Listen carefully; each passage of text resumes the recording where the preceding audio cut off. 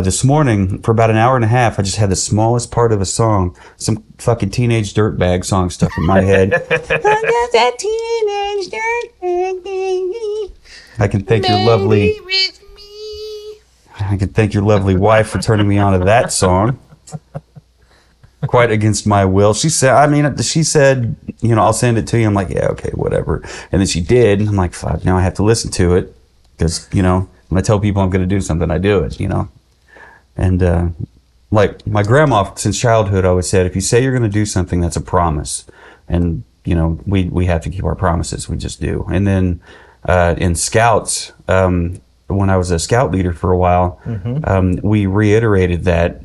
Come to find out, it was in the handbook. If you, a promise is something you say you're going to do. So it's kind of backwards, but I was like, son of a bitch. And then I get into Freemasonry, and then they reiterate the old adage: if a man doesn't have his word, he doesn't have anything. So I'm like, all right, it's a good thing I try like hell to keep my promises.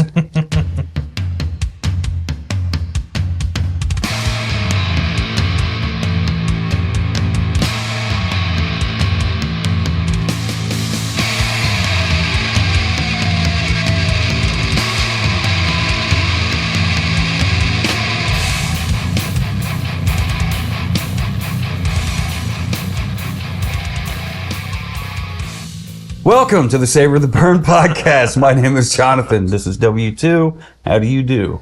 Doing good. I'm pretty stoked about tonight. We've had friends tell us about Peerless. My boss, the one that I got it's like a sore dick. You can't beat it. He's the one that told me about Peerless Bourbon, and I think you were telling me about it at the same time. And so you got the smaller bottle, and we're going to try that, and we're going to try the rye. It looks like you've already been into the rye a little bit. I got into the rye a little bit when we got back from our trip last summer. And, okay. Okay. So these are bottles that I brought back from our trip last summer, where we went. We did a big loop-de-loop. We went through Louisville to Frankfurt to Knoxville, and then on the way home we went Kentucky, Nashville, Memphis, and then back to St. Louis, and then eventually Kansas City. So, but while we were there in Louisville, I did the Michter's tour, and while I was there, Katie and Lil Man had tickets for the Sluggers Museum to do the tour there, and it worked out to where I had just a little bit of time to kill before my tour at Michter's, and I'm looking at my phone and all that, and I'm like, well, shit. Peerless is literally a block that way and a block that way. I've got about 45 minutes before my tour starts, so I walked down there. It's kind of around the corner and tucked out of the way, which makes me think that maybe a lot of people just miss it because it was not busy at all. But a super cool little distillery. And I got to spend some time in there. I'm going to dig out some photos and maybe throw them up during this episode. Yeah, do a little slideshow. But anyway, their bottles are not cheap bottles. I think the $7.50 equivalents for each of these is about an $80 bottle. Oh, okay. Which is it's fine. It's supposed They're to all be, small batch, aren't they? It's all small batch. They do have some single barrel offerings, but they do a lot of small batch type stuff. But they had these 200 milliliter bottles.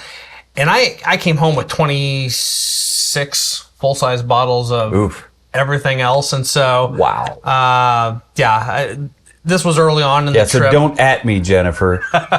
This is what it comes to. It's for the podcast. This was early on in the trip, and I knew I was going to... Because the day after we were in Louisville, we were going to Buffalo Trace. And we left Buffalo Trace with a lot of bottles times 2, because we were getting 2 of everything, because they allow you. A lot of them are, one per person limit, and so 1 for me, 1 for Katie, 1 for me, 1 for Katie. None for little man. Not yet. Sorry, buddy.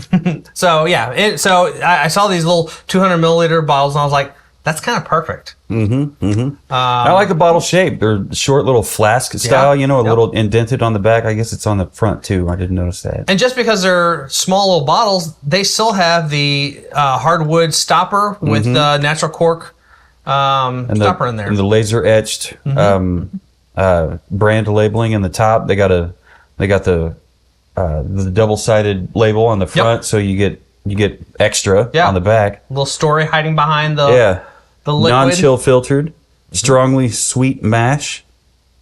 Oh, strictly sweet mash. I had to turn because of the light.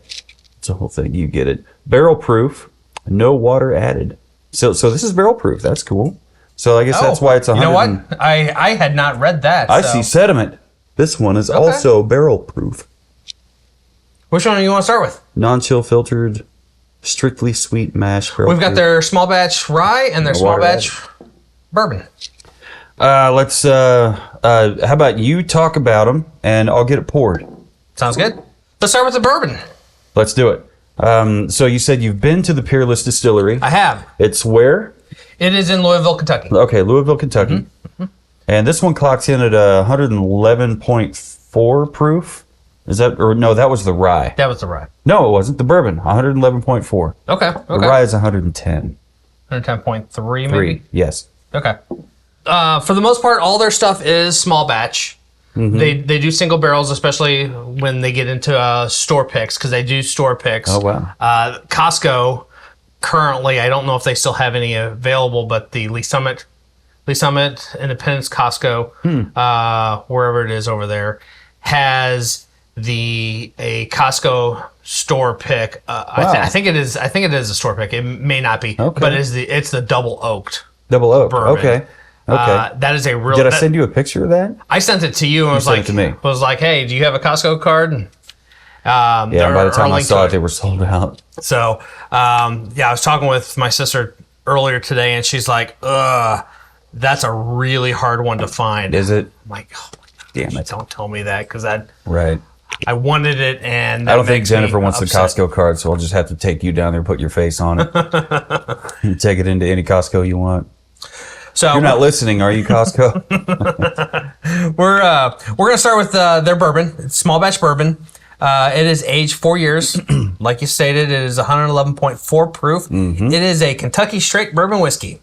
Worth the wait. Kentucky Peerless Straight Bourbon is creamy, rich, and satisfying.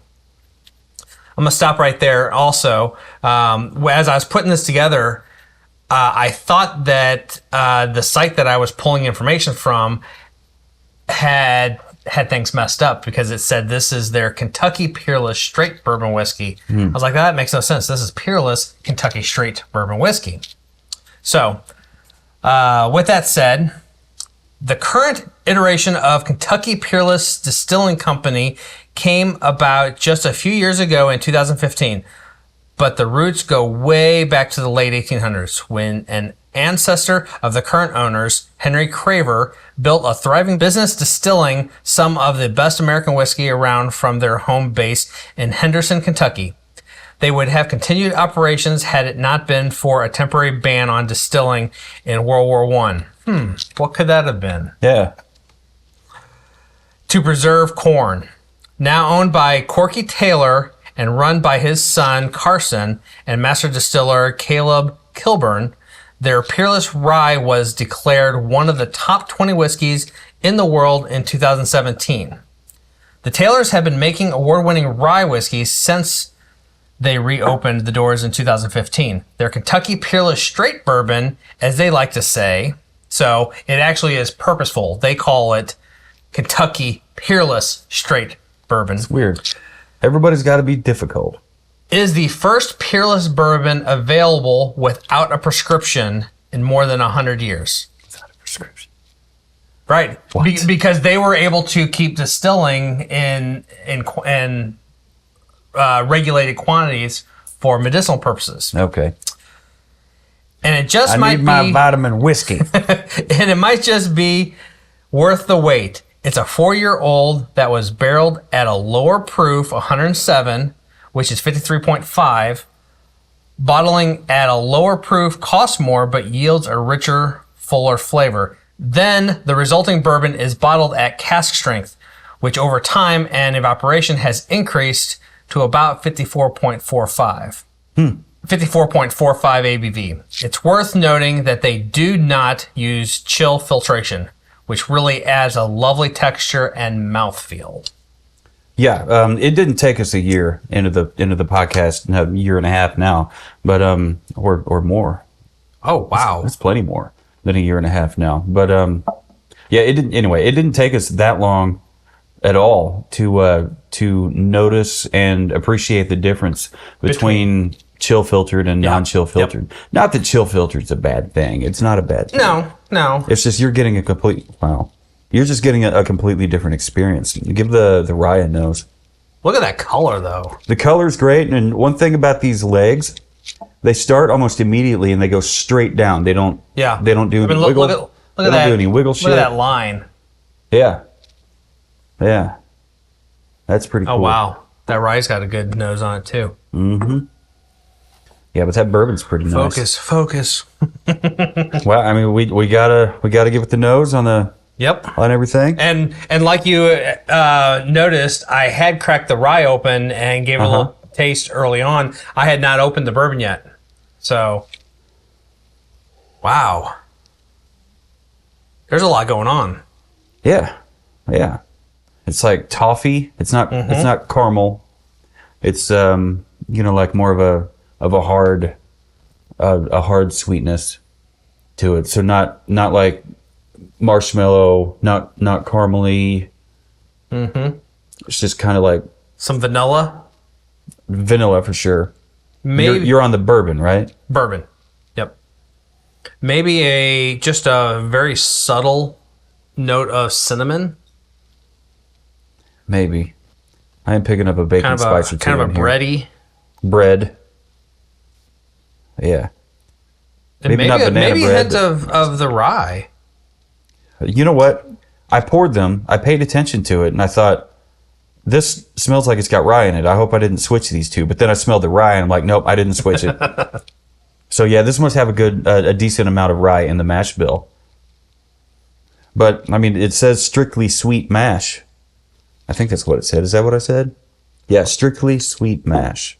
And that's the rye. Yeah, and it says the same over on the other one too. You can kind of see it diagonal in there. I love the backside of the label on this, I'll definitely take some photos of this for the episode and for the website. But I love the inside of this because I mean it looks like an old medicine label. It does, doesn't it? Or like a clipping you would have found in the newspaper. In the newspaper, yeah.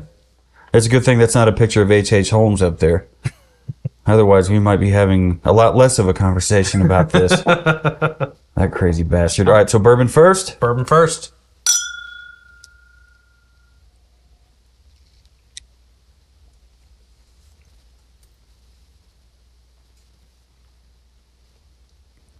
Lots of corn.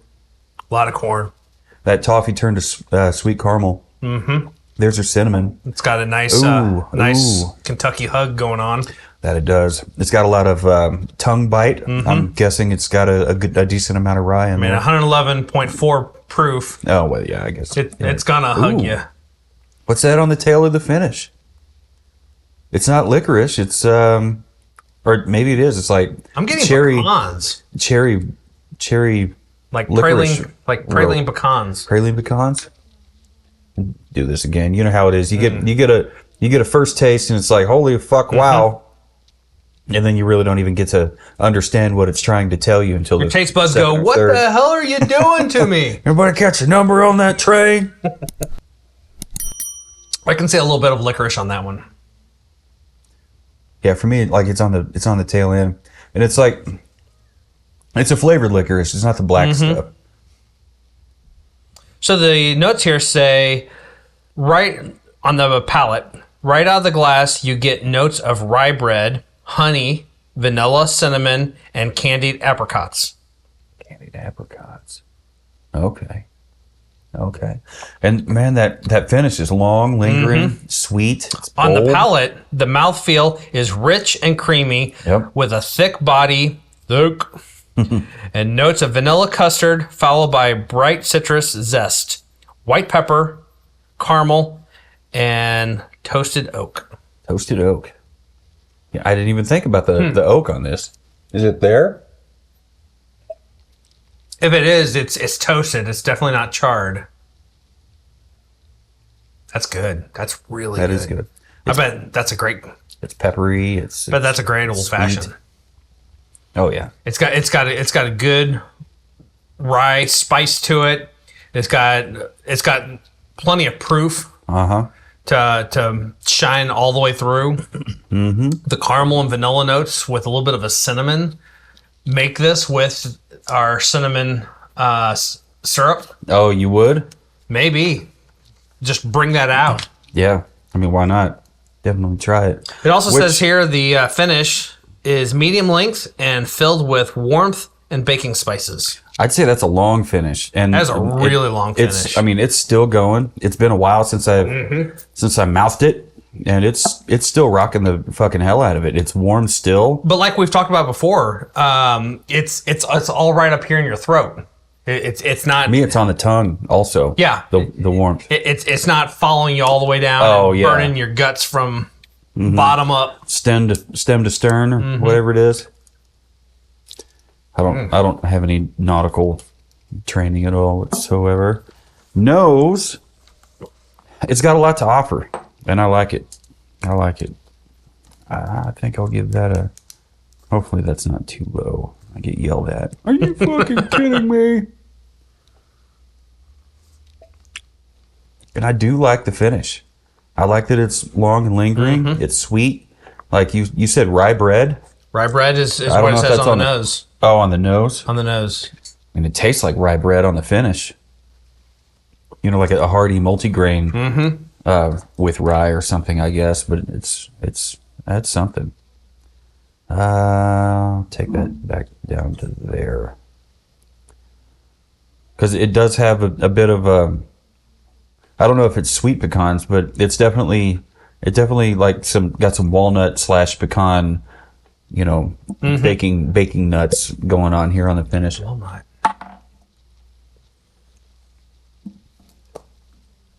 The 200 milliliter bottle though is kind of cool in its own right. It's very flask-esque kind of shaped. Yeah. On both sides. Both sides are doubled in, but it's not. The topper on there is laser etched, like you said. It's got a real cork stopper in there, which I'm a fan of that. And I think the double sided front label is a cool little added bonus. It might have some sediment in there. It might be it does have some sediment in there. It's not cloudy, so I'm guessing that's from the cork, which happens. Don't freak out. Sure, it's still very tasty. But yeah, that's good. That is good. All right, so since the rye has had just a few moments to breathe, it smells like red wine. It smells like some light honey. It's got on the nose. It reminds me of the Junction 35 soft rye. Okay, it's got some of that. That red rye. Red rye? Not the red rye, but the other one. Oh, okay. That's right. The straight straight. The red rye was their experimental. Yeah. The off the rails. That was so good. That was good. It should be that bottle's gone, isn't it? Almost. I'm afraid to finish it because I loved it so much. And I've tried to contact them. I'm like, please tell me you're going to do this again. Please tell me you're going to do this again. Just tell me. I'm getting something like a sweet candied something. Right. That's why I was thinking like a red wine with honey. No, it could be something else. I'm getting kind of like a not a red Jolly Rancher, but kind of a red sucker lollipop kind of a candy. Like cherry Dr. Pepper? Yeah. Maybe. Because like when I put it up here to the mustache and breathe through both the nose and the mouth. Right. Oh yeah. I mean, I can. It kind of tastes like cherry Dr. Pepper to me. Yep. And I'm not a huge fan of Dr. Pepper. Do you like Dr. Pepper? Oh man, you did when you drank it. My the Wilk side, my grandmother, who insisted we called her Granny because she wasn't young enough to be grandma. So she's like, okay, I'm gonna be Granny. Okay, Granny. So Granny Wilkes loved her Dr. Pepper. And that trait just kind of was hereditary. Trickled down the DNA. It did, yeah. So So when I did drink soda, and because of the amount that I drank Diet Dr. Pepper. Okay. Sometimes I would do the Diet it's cherry very similar. Dr. Pepper. Yeah, it's very similar. Which is wild. But so yeah, I love me some Dr. Pepper. Well, this Peerless Rye is a 2-year Kentucky straight rye. Clocks in at 110.3 proof. And this says the rye whiskey you need to try this year. Okay, well. Prohibition was certainly no easy time for any distillery company, but none more so than Kentucky Peerless. Before Prohibition started, they were making around 10,000 barrels a year of whiskey, and their investments into the local area had put them on track to become one of Kentucky's biggest distilleries. By 1917, every drop was out of their barrels, and the company ceased production until 2015. Since reopening, Peerless has stayed true to its roots. Ancestors of the founder, Henry Craver, are fully involved in reviving the business, and they are determined to stay true to a handcrafted style of creating premium whiskeys. From grinding grain to aging, everything is done in-house at Peerless, ensuring that the quality the distillery prides itself on will not be lost. Despite only restarting production in 2015, we are now fortunate enough to have access to the first 24-month aged rye whiskey from the distillery. We say fortunate because this rye whiskey has already shot to the top 20 whiskeys in the world list, according to Whiskey Advocate. That's pretty cool. In the world. Yeah, that's a good accomplishment. At number 15, it is the only whiskey in the top 20 to be produced by a craft distillery, and understandably, it's quite a challenge to get your hands on. If you do, you're in a real unique rye whiskey that sets itself apart by using a purely sweet mash during production. This results in a non-chill filtered 53.8% ABV rye. Check my math, make sure that matches the bottle. Whiskey that is unusually smooth and complex for its age. This truly is a must-try for whiskey fans, as it brings a completely new set of flavors and style to the spirit. If you're looking for the perfect Christmas whiskey gift, hint, this might be it. So I checked the math. You said 53.8 ABV.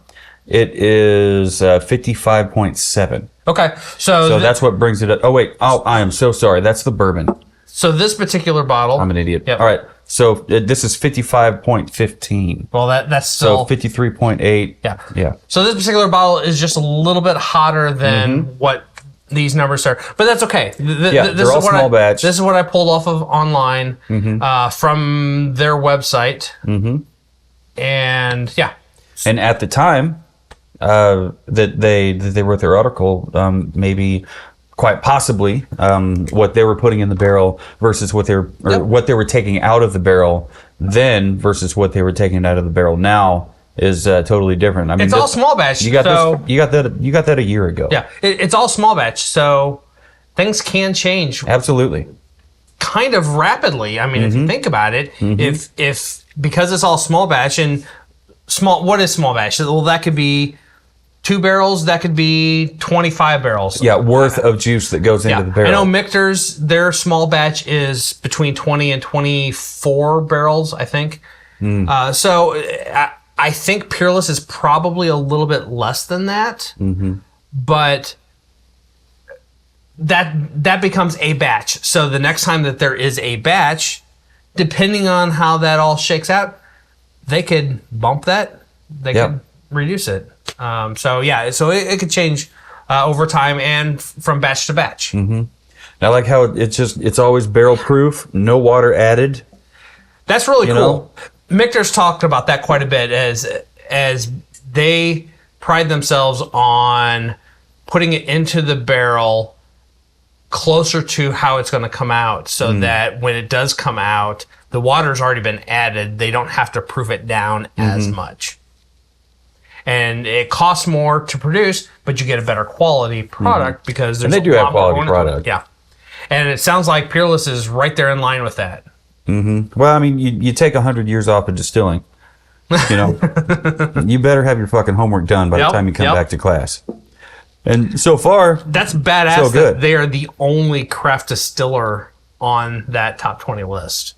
That's right. That's impressive. In the world. Well. Yeah. Very nice. Very nice. Well, let's try it on the mouth.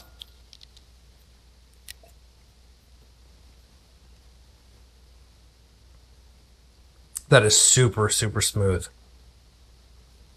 Mine kind of bit the tongue. Really? Ooh, there's some charcoal there, I think, on the finish.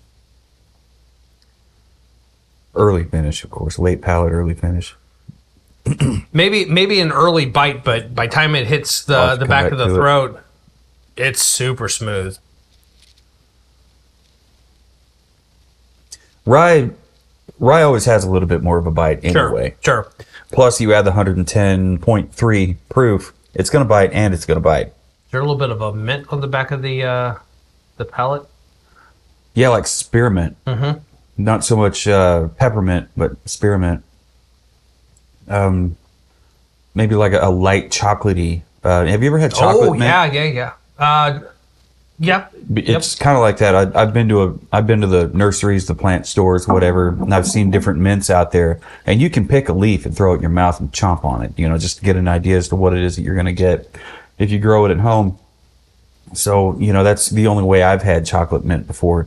It's pretty good. Oh, speaking of chocolate and whiskey, I found up at the Vape World, they have something called 8 Ball.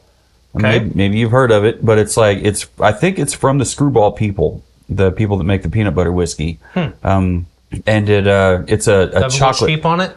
Yeah, it's got the shape of an 8 ball on a black bottle.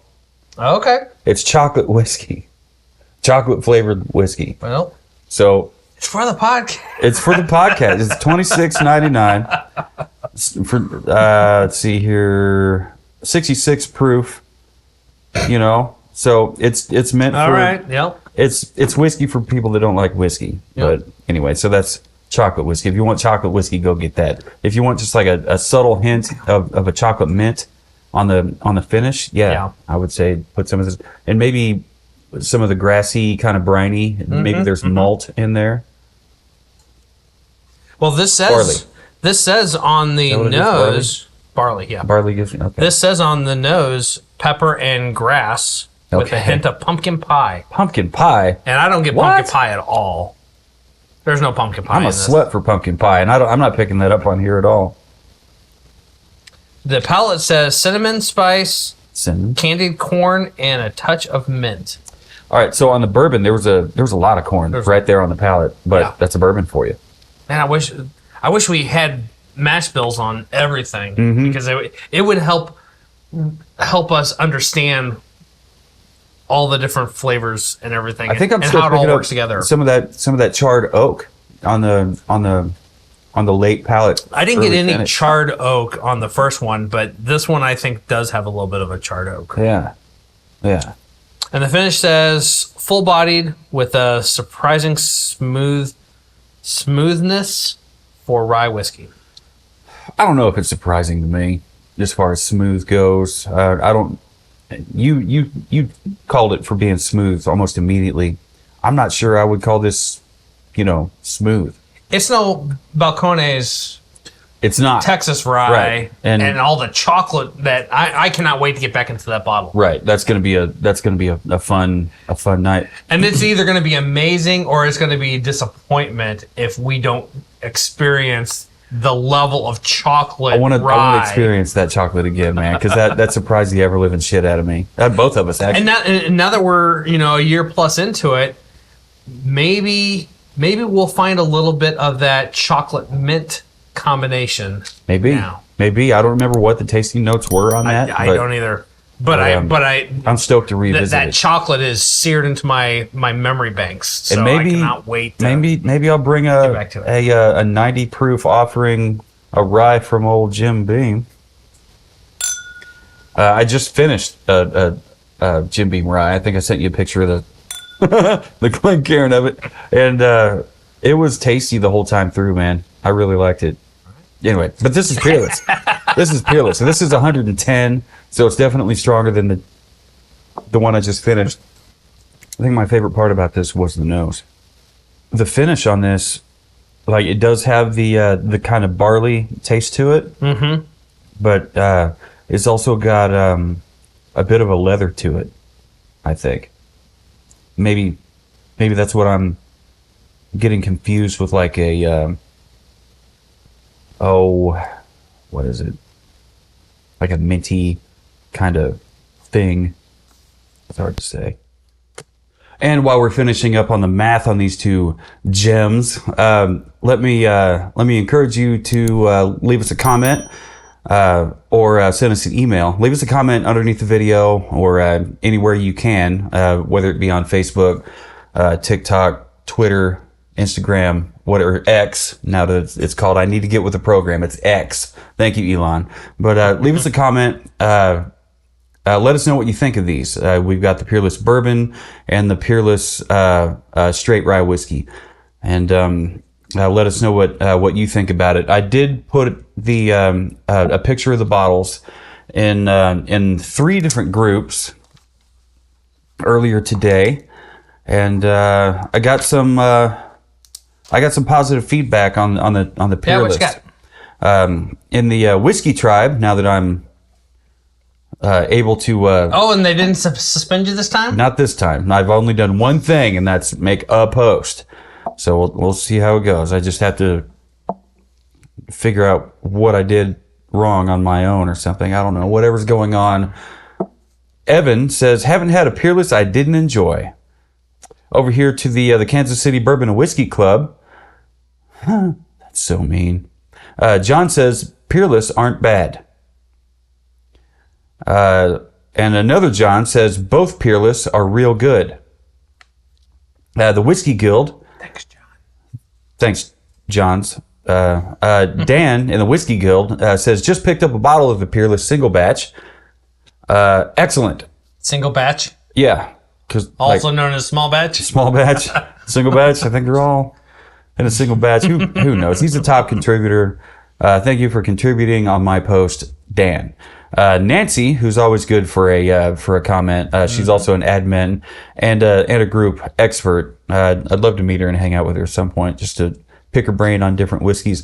Had both the Kentucky Peerless Distilling Company when we were there in October. So she's got stories, I'm sure. Awesome. So it really would be good to.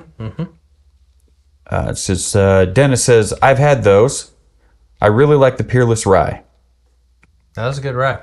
So that's what they think. So we encourage you to leave us a comment, tell us what you think, send us an email, info@savortheburn.com, w2@savortheburn.com, jonathan@savortheburn.com, any comment section, whatever, right?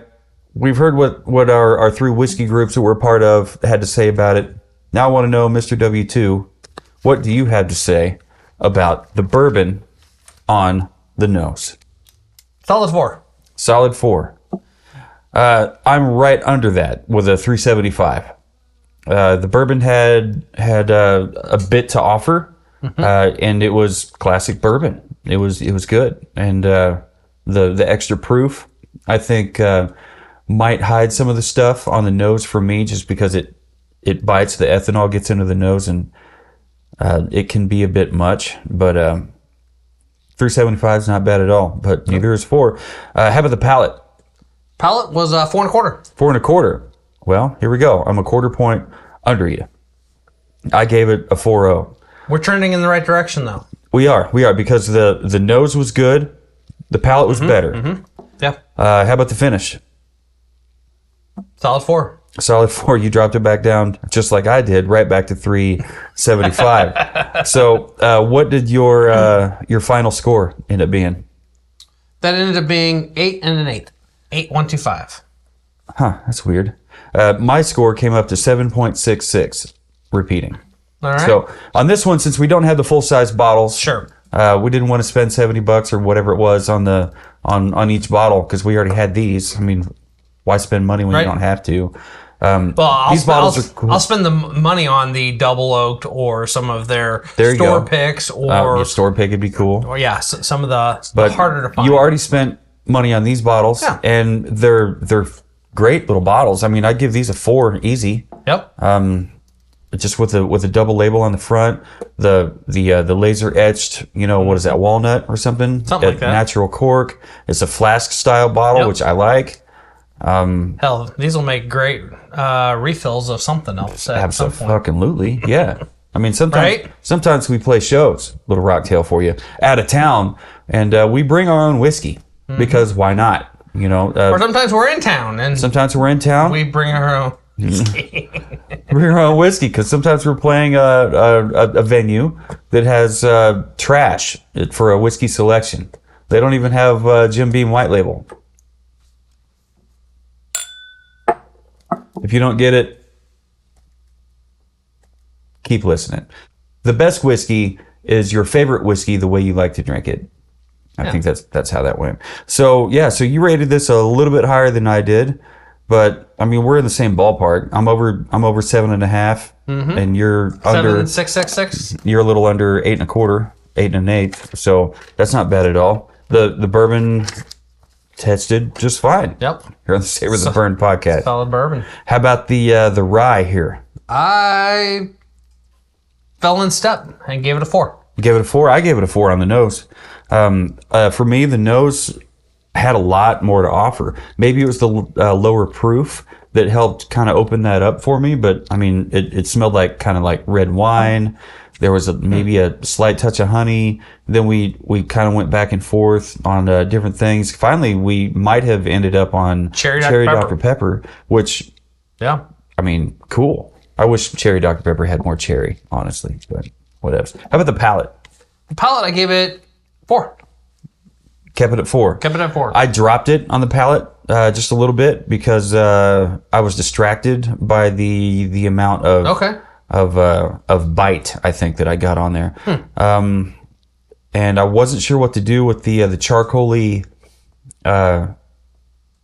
late palate, early finish taste. I wasn't ready for that. I don't think I've had a lot of ryes that have that kind of, well, maybe it was a charred oak, influence to it that threw me off. I don't know, but I didn't really care for it that much. That said, it's still a really good rye. They'd make a great Manhattan. Yeah. It's got so much stuff going on with all the different flavors and stuff going on in there. It would make a great candidate for a cocktail. Mm-hmm. How about the finish? 3.75. That's what I gave it. I also gave it a 3.75. What did your final score end up being? Ended up being 7.837. 7.837. That's a 7.833. Sorry. 833. Read my own writing. That's all right.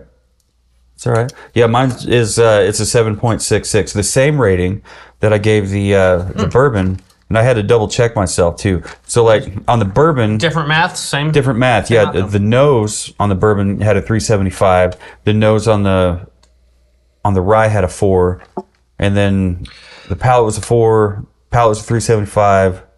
Finish was a 3.75. Finish was a 3.75. So my 4.0 was kind of flipped. Do in me there. a favor. Yeah, Pick up both glasses and nose them back and forth. The empty glass. There's a lot of crossover I'm getting. If nothing else, I'm getting that they're in the cereal. same family. Yeah, this is cereal all day. Mm-hmm. Like maple. This is like maple cereal. Maple like That is maple. like Yep. maple oatmeal kind of whatever. Yeah, like maple and brown sugar. Yeah. Oatmeal. This I think it still needs to dry out a little bit. Yeah, this is pepper like all day. I was getting a But lot yeah, it's of like cereal similar and pepper. notes on the empty glass nose. Yeah, I bet there's a lot more rye in that mash bill than they're letting on, or that I was even anywhere ready for.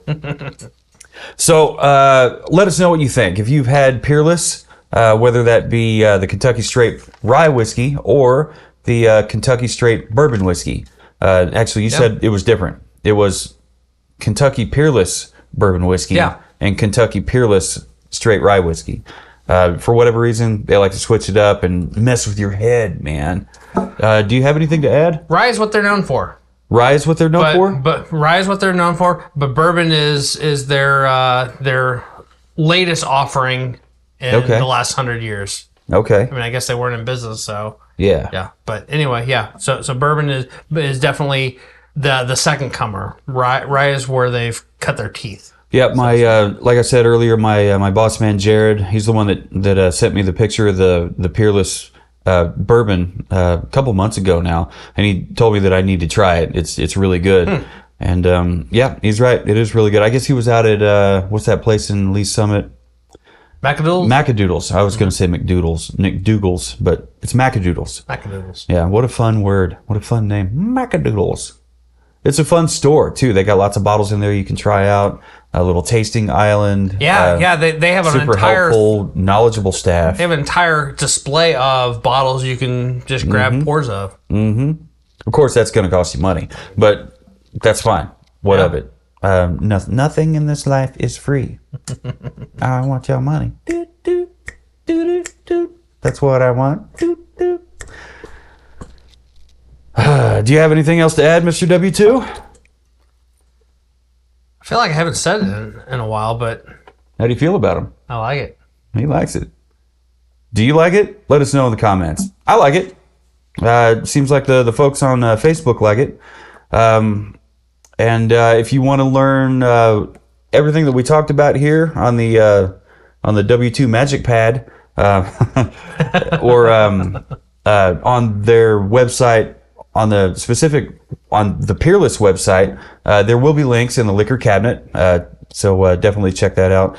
And the liquor cabinet on savortheburn.com. So you go to savortheburn.com, click the drop down menu, and just click liquor cabinet. You'll find this in the rye. You'll find that one in the bourbon. Yeah.